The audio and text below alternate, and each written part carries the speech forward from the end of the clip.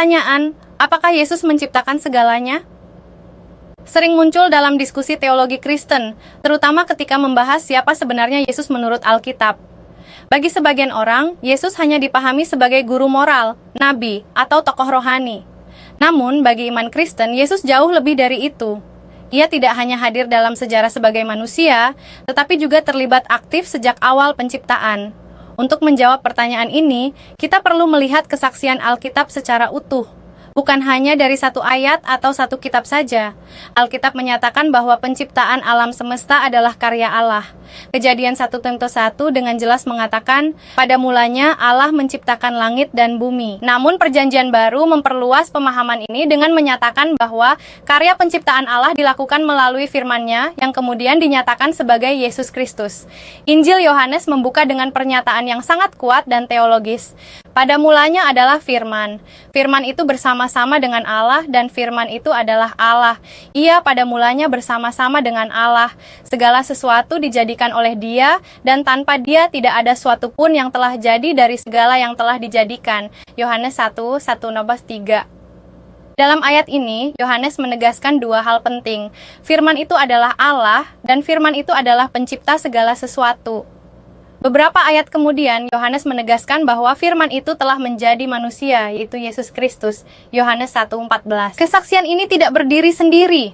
Rasul Paulus dalam Kolose 1:15-1:16 menulis bahwa Yesus adalah gambar Allah yang tidak kelihatan, yang sulung lebih utama dari segala yang diciptakan. Karena di dalam Dialah telah diciptakan segala sesuatu yang ada di sorga dan yang ada di bumi, yang kelihatan dan yang tidak kelihatan. Paulus menekankan bahwa segala sesuatu diciptakan di dalam Dia, oleh Dia, dan untuk Dia. Artinya, Yesus bukan bagian dari ciptaan, melainkan sumber dan tujuan dari seluruh ciptaan itu sendiri. Ibrani 1:2 juga memperkuat hal ini dengan menyatakan bahwa Allah telah berbicara melalui anaknya, yang telah Ia tetapkan sebagai yang berhak menerima segala yang ada, dan oleh Dia Allah telah menjadikan alam semesta. Penulis Ibrani bahkan menambahkan bahwa anak itu menopang segala yang ada dengan firman-Nya yang penuh kuasa. Ini berarti peran Yesus tidak berhenti pada penciptaan di masa lalu, tapi juga pada pemeliharaan alam semesta hingga sekarang. Namun, muncul pertanyaan lanjutan. Jika Yesus adalah manusia yang lahir di Bethlehem, bagaimana mungkin Ia menciptakan dunia? Disinilah iman Kristen memahami Yesus sebagai pribadi dengan dua natur, sungguh Allah dan sungguh manusia. Sebagai manusia, Yesus lahir dalam waktu dan sejarah. Tetapi sebagai firman Allah, Ia sudah ada sebelum segala sesuatu dijadikan. Keberadaannya tidak dimulai di palungan, melainkan kekal bersama Allah sejak semula. Pemahaman ini juga selaras dengan pernyataan Yesus sendiri. Dalam Yohanes 8:58, Yesus berkata, "Sebelum Abraham jadi, Aku telah ada." Pernyataan ini bukan sekadar klaim umur yang panjang, tetapi klaim keberadaan ilahi, yang membuat para pendengarnya pada waktu itu mengerti bahwa Ia sedang menyamakan dirinya dengan Allah.